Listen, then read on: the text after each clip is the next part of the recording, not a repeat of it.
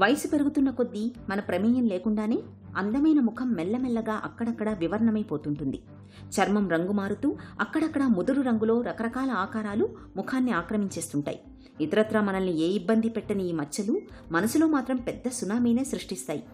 కాకపోతే చూడడానికి ముఖం మీద మచ్చలు ఎబ్బెట్టుగా ఇబ్బందిగా కనబడతాయి కాబట్టి చాలామంది అందవికారంగా తయారవుతున్నావేమిటా అని మానసికంగా ఆందోళనకు లోనవుతుంటారు. ముఖంపై చర్మంలో కనిపించే ఈ మార్పుల్ని పిగ్మెంటేషన్ అని, వాడుకలో మంగుమచ్చలని పిలుస్తారు. నడివయసు దాటిన మహిళల్లో ఎక్కువగా కనిపించే ఈ మంగుమచ్చల్ని మాయం చేయడానికి ఆయుర్వేదం తనవైన కొన్ని ప్రత్యేక చికిత్సల్ని చెబుతుంది. ఈరోజు చాలామంది యువతుల్లో, ముఖ్యంగా 20s to 30sలో ఉన్న యువతుల్లో ఈ మంగు మచ్చలు అనేది చూస్తూ ఉంటాము. అయితే ఈ మంగు మచ్చలు ఏంటంటే పిగ్మెంటేషన్ ప్రాబ్లం అంటారు, మెలాస్మా అని కూడా అంటారు.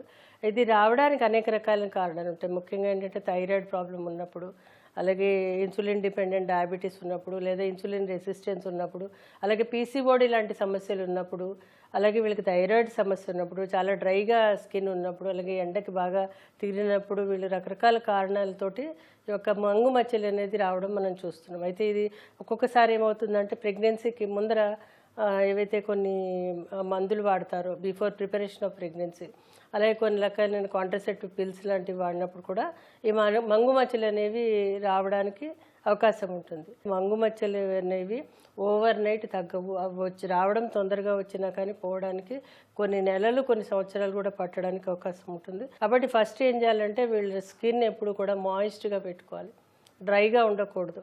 మాయిస్ట్గా ఉండాలంటే కలబంద లాంటి ద్రవ్యాలని తరచూ రాసుకోవడము, అలాగే స్కిన్ మీద రాసినప్పుడు చాలా సాఫ్ట్ క్రీమ్స్ లాంటివి రాయాలి. అంటే పీలింగ్స్ లాంటివి వాడకూడదు. పీలింగ్స్ వాడితే ఇంకా డ్రై అయిపోయి ఇంకా పుండైపోతుంది చర్మం, మచ్చ డైరెక్ట్ మచ్చబడిపోతుంది. అలా కాకుండా కొన్ని సాఫ్ట్ ద్రవ్యాలు అంటే కుంకుమ పువ్వు లాంటివి, వాటిని పెరుగులో కానీ లేదా మజ్జిగలో కానీ వాళ్ళ శరీర తత్వాన్ని బట్టి, ఆ చర్మతత్వాన్ని బట్టి పెట్టుకోవాలి. కొంతమందికి ఆయిలీగా ఉండి పిగ్మెంటేషన్ ఉంటుంది, అప్పుడు పెరుగులో కుంకుమ పువ్వు పెట్టి ఇతరత్ర ద్రవ్యాలు ఏం వేయకూడదు. కావాలంటే అందులో మీరు ఓట్స్ లాంటివి వేసుకుంటే కనుక అది ఫేస్కి మాస్క్ లాగా పెట్టుకుని ఒక 2-3 నిమిషాల నుంచి స్నానం చేస్తే సరిపోతుంది. ఇది కాకుండా గ్లైకాలిక్ యాసిడ్స్, కోజిక్ యాసిడ్ లాంటివి ఇస్తారు, కాకపోతే అవి కూడా చూసి వాడుకోవాలి. కాకపోతే ఇప్పుడు న్యాచురల్ ప్రోడక్ట్స్ వాడినంత సేఫ్ ఇంకా వేడితోటి ఉండదు మీకు.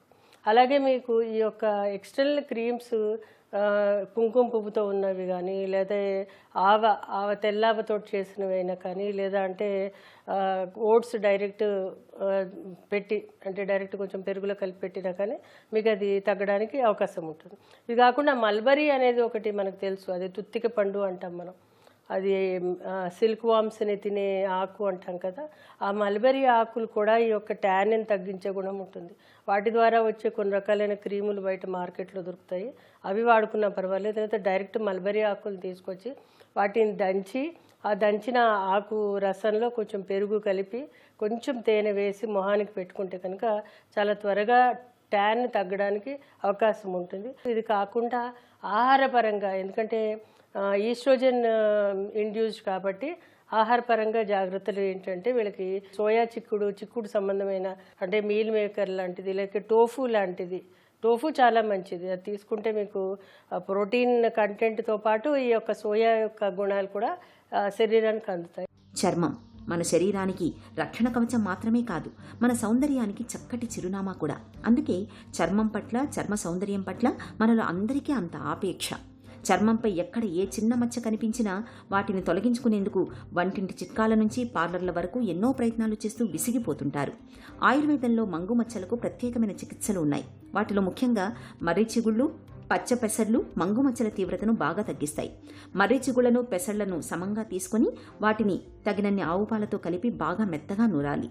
ఈ మిశ్రమాన్ని నిత్యం మంగుమచ్చలపైన లేపనంగా రాస్తుంటే మచ్చలు క్రమంగా మాయమైపోతాయి. అలాగే గుప్పెడు లేత వేపాకులు, చిన్న పసుపు కొమ్ము, ఒక 10 కుంకుడు గింజల పప్పులు కలిపి ఆపై కొద్దిగా నీళ్లు కలుపుతూ మెత్తగా మిశ్రమంగా చేయాలి. ఈ మిశ్రమాన్ని రాత్రిపూట ముఖానికి రాసుకుని ఉదయం పూట కడిగేయాలి.